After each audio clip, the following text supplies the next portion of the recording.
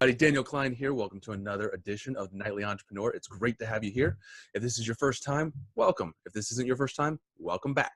So tonight we're talking about domain names and choosing a domain host and why it's important to choose the right one and what to look for down and dirty real quick. Joining me, as always, the lovely Marc Dawson. Hello, Marc. Good night. Hello, everybody. Thank you for joining us tonight on Nightly Entrepreneur. I do have a lot of very important questions for Daniel, so hopefully your questions will be answered by all of my dumb questions. So let's do it. So if you have questions and we don't answer them, put them in the comments below. We read every single one. We will reply. Does it even matter? I mean, I saw commercials, GoDaddy, Bluehost, like all these other things. Does it really matter? What does it matter? Where I host my website. Yes, it does matter. So you hear it all the time. You get what you pay for, and you never say it yourself until you're the one kind of ruining the day that you made a dumb, cheap decision. You will be cutting corners if you go with a cheap hosting service. And frankly speaking, they will get you one way or another. And here at Nightly Entrepreneur, we don't recommend cutting corners. Is that correct? We do not recommend cutting corners. We don't recommend cutting corners, officially. Now, there are ways, if you truly do know what you're talking about, there are ways where you can kind of get around something. You can juke and jive and dance. Cheating. That's cheating. Like, we recommend cheating. Yes. When you need, especially around bureaucracy, stuff like that. But don't cut corners on your web hosting. That's what you're saying? That's what I'm saying. So if you sign up for something free and you get it, I guarantee you're going to get to a spot as you build out your website or as you go through your business and you're like, oh, I can't do this really important thing that I need to do in order to do my business. And that's intentional, right? So you're going to get a free hosting service. Oh my goodness. If I don't already have my website built, I have to buy a license. Oh man, that's another $80. Oh, well now I can't accept payments without Google freaking out or my browser freaking out because I don't have a SSL certificate. Oh man, that's another $110. And just for those two things alone, you could have, anteed up going out the gate and been just fine.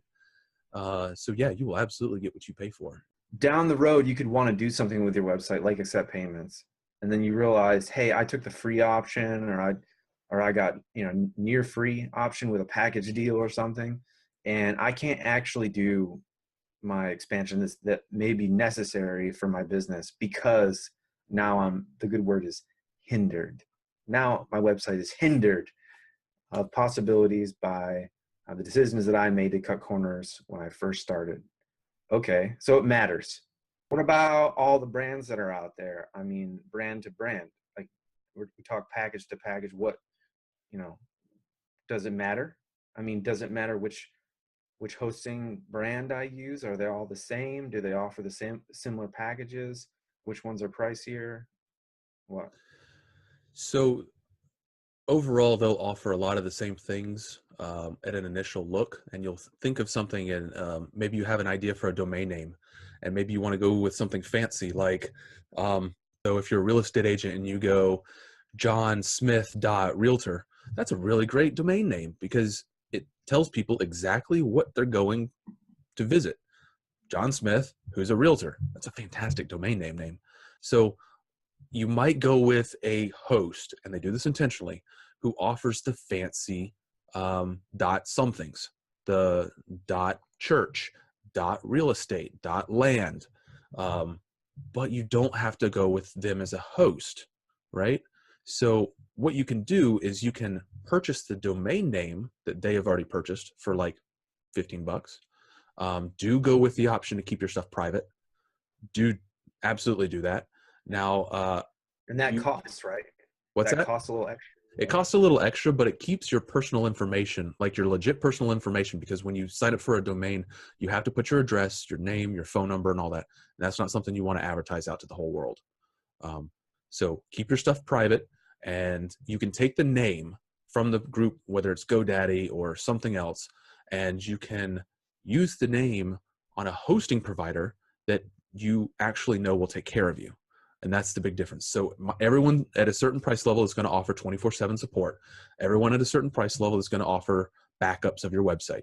These are critical things that you need to have. You need 24/7 support. You need backups. You need security. You need speed enhancers. So when you go with a package that works out well, you need to go off of reviews and making sure that when you click the 24/7 help, it's chat, it's not email, or it's phone instead of chat, or both. And they speak your language. If you speak Spanish, they speak Spanish, or English, you speak English. You need to make sure they're going to take care of you. And when things really hit the fan and you decide to leave, you don't want to be put in a situation where they refuse to give up you. And I've seen that a lot, actually. I've seen that, I'm not going to name names, but a lot of different hosting services have bad reputations of just never giving your stuff back or fighting you to the end of the day. They don't want to quit charging your credit card. They don't want to give you up. It's a giant pain. So make sure you choose your host carefully. You'll be signing up for up to a year, maybe sometimes 2 years. A year's fine. Stick with a year. Start to finish, hosting services. Mark, do we want to talk about cost right now, or do you want to skip that? Yeah, because I think that's a huge factor for most people is the cost. We're going to need to pay for the domain name. We're going to need to pay for the hosting service, right? Yeah. And how much should each of those cost? If you go with a .com or .net, something like that, it's probably going to be about $15. Depends on the name, right? Depends on the name. If you go with something fancy like .cooking, .realtor, .church, it could be up to like $45. Okay. But it's a branding option that could potentially give you a really cool, really unique name that's easy to remember. If you go with, Marc.realtor, that might be available. And that would be something that really stood out among all your other competition. So go for it. But it might also be like $40, $50. I think it's worth it. For a host, it goes from $3.95 a month, which the packages that you get at that rate, if it's not a static blog, if it's not something that few people will go to, maybe it's just a 4-page homepage, contact, about me, and blog, then it's probably not going to be what you are looking for. On the higher end is probably going to be about $15 a month. And that's going to get you everything you need to actually run a business online. It'll get you security. It'll get you support. It'll get you some tools to prevent you from crashing your website and never getting it back and having to redo it. So highly recommend about the $15 a month mark. Altogether, if you pay for it all at once, one night, it's going to be between about $150 and $190.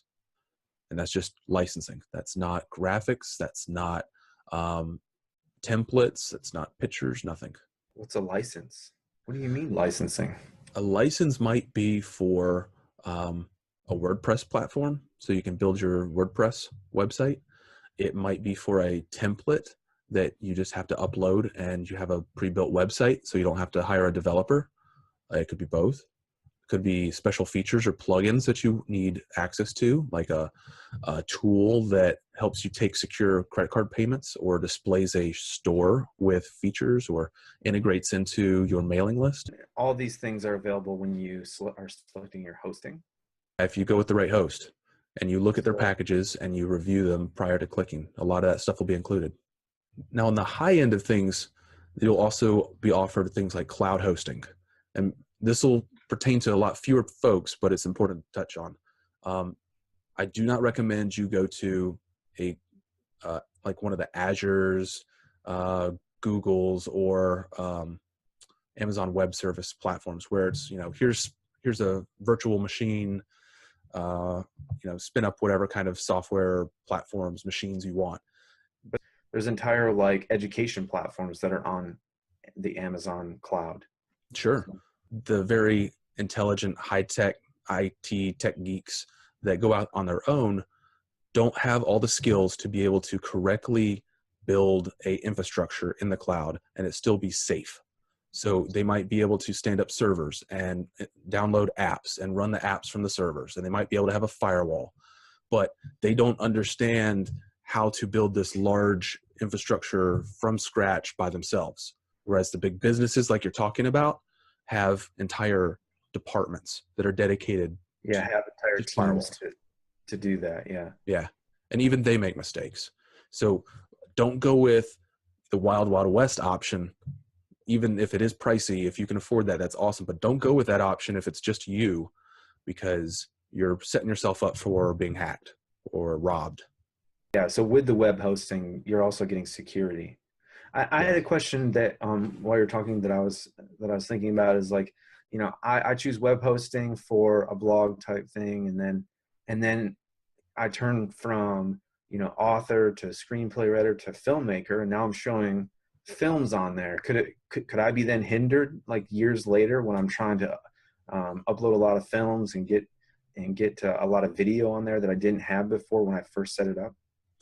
So you might have issues with storage. You might have issues with CPU usage.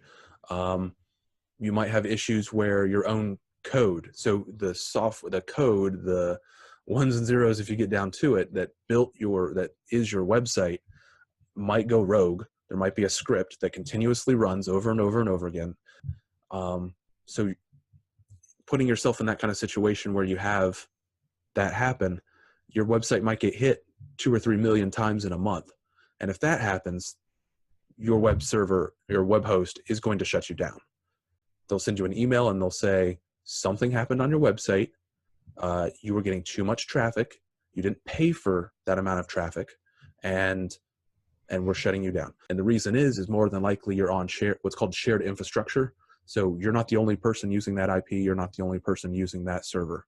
And because so much traffic is coming into you, it's affecting other people. And other people can't get to the websites they want that you share the infrastructure for. So if you don't pay for it, they will cap you and they will shut you off. For speed, it also affects speed, because if you have a big bulky website, it's not going to load as fast. You have bigger, larger files. You have to search through more code. If you have more software on top of software on top of software, it's not going to load fast. But there are tools to get around that. What's the best then? I mean, who's leading in customer service and speed and all these factors and price and infrastructure that we've been talking about that matter, all these factors that matter? Who's leading? So I've gone with a couple, and I've worked with a lot of clients from a lot of different hosts in the past couple of years. And more often than not, the people that are the happiest are going with one platform over the others. And maybe not mention it, but I'll put a description down below with links to the best of the best. Link in the description if you're interested. Well, let's talk about domain names. Why is it different? Why is it a different price on different websites? Why is it a different price anyway? And who owns them? Who's selling them? So anyone can own them and anyone can sell them. And it's just like any other free market. You get a whole bunch of names together, and the ones that are nicer get sold for a higher price. The ones that are unique get sold for a higher price. And the ones that have just generic web name, weird name, whatever, is probably going to be at the cheaper rates. So it just kind of depends on who's selling it. But you could buy 50 different web names, and then immediately after we get them registered in our name, turn around and sell them. Stand up a website and say, these are the ones I'm offering. Turn around and sell them. What does that mean? They register it? They get a license for it? I mean, is it hosted somewhere? What? It gets registered in their name, and they just say, I have this name. If you want it, then pay me $10,000. Yeah, and they can list it, and I'm sure there's some listing place, right? Best place to look is Google. So open up a Google search, type in the domain name that you want, click enter, and if it says it's available, or if it is available, the first couple pages that come up in your Google search are going to be likely people selling that name or capable of selling that name. But how do you know, like, let's say I got a name in mind. I do what you said. I Google searched it. It's available. Which one do I go to? The cheapest one? I mean, how do I know I'm getting what I pay for? What? When it's a name, it's usually, it is what it is. The cost is what it is. And what makes a good domain name? If you got a business, like how catchy should you try to make it? How unique should you try to be? Great question. So I could say two things make a great domain name, and then we can kind of riff off of those two. So the first thing is when you see the name or say the name, both, it shouldn't invoke memories or feelings about anything else. And it should be memorable in and of itself. So something that people can remember, but doesn't remind them of anything else. These days, you can have really any dot something. I mean, there are hundreds of names. There's a list actually on the josephstudios.net website. What my question is, if I want to make a website, it's like Tina, right?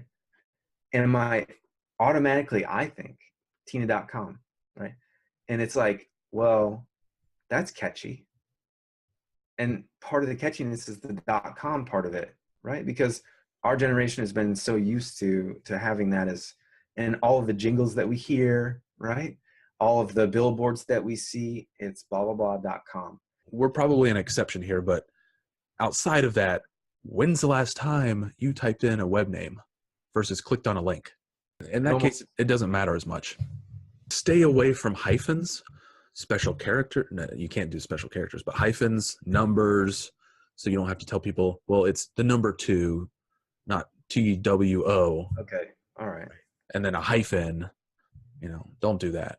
Don't make it so that you have to have an explanation when you're trying to tell people what your name is. And then you should think about, or at least conceptualize what it looks like on a business card, what it looks like on digital print, what it looks like on a Facebook post. Yeah. Is there too many letters? Can there be too many letters? I mean, yeah. We just kind of talked about like how it doesn't matter because we're shortening links and putting in, hot links and stuff like that. Like, can it be too long? It can be too long, for sure. No sentences, please. Hey, let me ask a dumb question. What is that end called? The end. .pizza.church.com. What is it called? You have your domain name and then the dot is what you're saying. After the dot, it's called a top level. Now I'm quizzing. It's a what? It's called a top level domain. Okay. Give me a fully qualified domain name. A fully qualified domain name? Yeah. Like the HTTPS? Damn it! Right? Yes. All that stuff? Yeah. www.iwant.pizza? Yeah. Okay, so you can get creative with it, right? Should you get too creative? Is there too much? Oh, yeah. There's always too much of everything. Go too far? We talk about making it too long.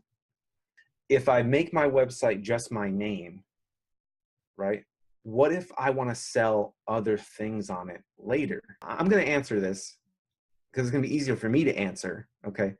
How many websites have you had with great names that you thought about for days and days thinking about that are no longer in operation? Longer in operation. I could probably put it on one hand. I'd probably say around 5. Oh, really? Yeah. So there's all the other ones are still standing. Do you have any others besides? Okay, so they're still standing. No one is doing anything with them. That's what I mean. Okay, how many ghost websites, how many ghost towns do you have out there that are? A couple dozen.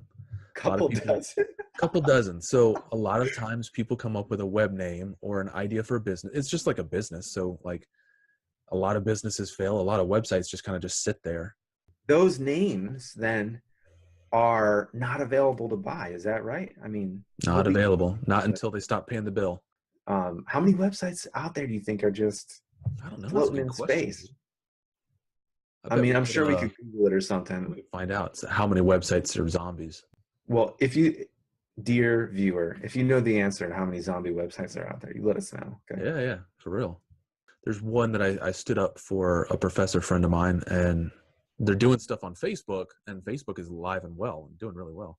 But the web page might as well just be dead. No one's doing anything with the website, so that one will probably die.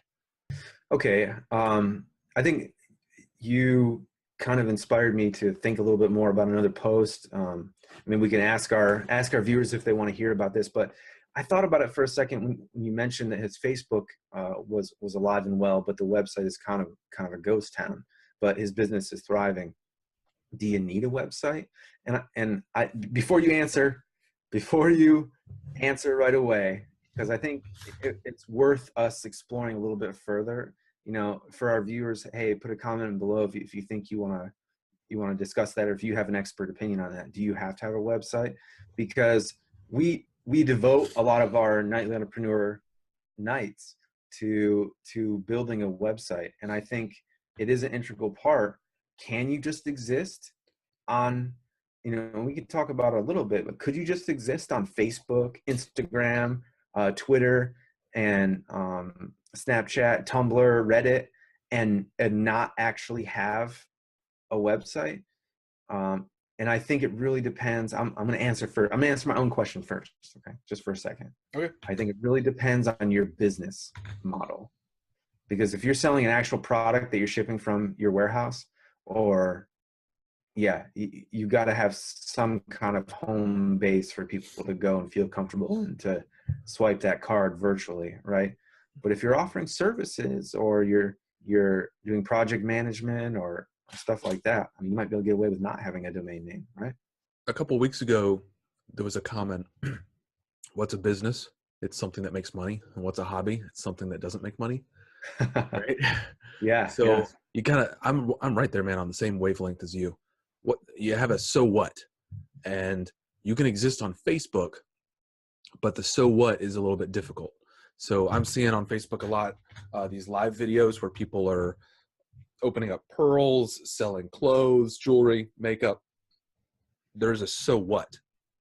And the so what is, direct message me and we'll work out some kind of arrangement for you to pay. So in that case, and other cases like it, or if you're on Instagram and you do affiliate linking, or you do promotional photos, that has a so what to it. But there's a whole lot of other things that you can do that do require a website, that do require some other presence. Like you'll see a lot of people on YouTube, and it's getting more and more difficult to make money on YouTube. They're directing people to a website to buy merchandise, or a Patreon page to then support their channel in a more direct way. So they exist, their presence is mostly in a free format, but they can't lock in the so what enough to maintain their business model. So they have to have something on the back end, and it's either a website or an affiliate or a Patreon that keeps them afloat. So what your business model is, standalone, whatever. It is what it is. It's its own thing. And all the IT structure, all the IT things that keep you going, and I'm trying to use generic words, like your website, your social media, if you have any special tools or custom widgets or anything like that, all of that back-end stuff should support your business model, not the other way around. But Prettier. all the infrastructure we have on the back end to support our business should support our business. We shouldn't support our infrastructure, right? Does that make sense? Yeah. Also, like something that comes to mind is that you've got your business, you've got your customer. And if you rely solely on a third party, which is Facebook, Etsy, YouTube, right? You rely solely on a third party. What happens if they kick you off? What happens if they go under? If you had your own website, then you have a home base that you can always retreat back to and go back out there and figure out what other platforms you're going to point back to your website. Now, someone could say, well, someone's got to host your website. They could go under too. Yeah, well, it's much easier to find a new web host, than it is to wait for the next big social media platform to take over and to get, to build. If you got to find a web host, you get to keep all your content. You get to keep all of your customers, your email list, stuff like that. But if you lose a social media platform because they kicked you off or they go under, which is probably the two main causes. Well, there's also, like you mentioned last week or week before, I think, Amazon or eBay, right? Where they just steal your business model and kick you out. Yeah. Then that means that you're starting from scratch somewhere. So you're gonna have to build your customer base from scratch. You have to build your content from scratch on a new platform. All those hits, all those likes, all that stuff just kind of God, vanished, you know, because they go under. And look, it's what social media platforms are here now may not be here in 10 years. yeah. They may not be here in 5 years. They might, you know, they might go on for 20 years. Your whole business model is based around one of them, and then it just kicks the bucket, you know. Maybe one of those times where it's not a good option to be a customer. Maybe you want to be an owner. Yeah. Yeah. Yeah. You definitely want to be an owner You of want to your own your sales website. funnel. Yeah. You can revamp your website without having to, you know, follow someone else's rules or infrastructure, you know, restrictions and stuff like that. So you want to have a home base at least. Yeah. Could you get by? Let's say someone's listening, right? And they want to start a business. They don't have a lot of capital. They you know, let's go back to the landscaping thing. They spent all their last money on the nicest mowers possible, right? And they got like 1 or 2 employees, and they're just having a difficult time. Could I just get, you know, make a Yelp page, make a Facebook page, Sure. and start out that way? Yeah. Google My Business and Yelp. You're on your way, man. Yeah. Then later on, you build yourself a website. Because do you show up higher on social media platforms? Like, do you show up higher on Yelp if you have a home-based website? Can you do more with Yelp if you have a home-based website? Yeah, that's a good idea. So I know Google will show. So like if I typed in, you know, whatever landscaping company, and that landscaping company had a Google My Business presence, and they typed search into Google, it will come up, you know, first or second. And on the side, it'll have all your pictures and a map of where you are and your ratings. And, you know, that's awesome. And because your company's name is probably unique, then other people aren't likely going to be competing for the same name. So if someone types in, you know, whatever county landscaping, you're probably going to come up to the top because no one else is going to be competing for something landscaping or as much. So yeah, that might be a really good option. You could also build a website from within Google. They have website builders in there. You could do Facebook. You got to think though, companies own each other. So Instagram and Facebook have a relationship. Google and YouTube have a relationship. So if you are posting things a lot in Facebook, don't expect to show up as well in Google as you would if you were posting in YouTube and someone searched in Google. Really good point. It's a really So, good point. I think we kind of covered at least the web hosting and the domain name topic. Put your favorite zombie domain names in the comments below. It's kind of like we talked about bad business ideas. You can have bad domain names that just kind of crash and burn, and you either leave up for a while or stop paying the bill. But hopefully, you get some insight on what would be a good domain name. We can't tell you what's going to be a good domain name because we don't know what your business is, and you just have to think, and usually common sense prevails. So thanks a lot for listening. Say goodbye, Daniel. goodbye, Daniel. See you next See you time. next week, guys.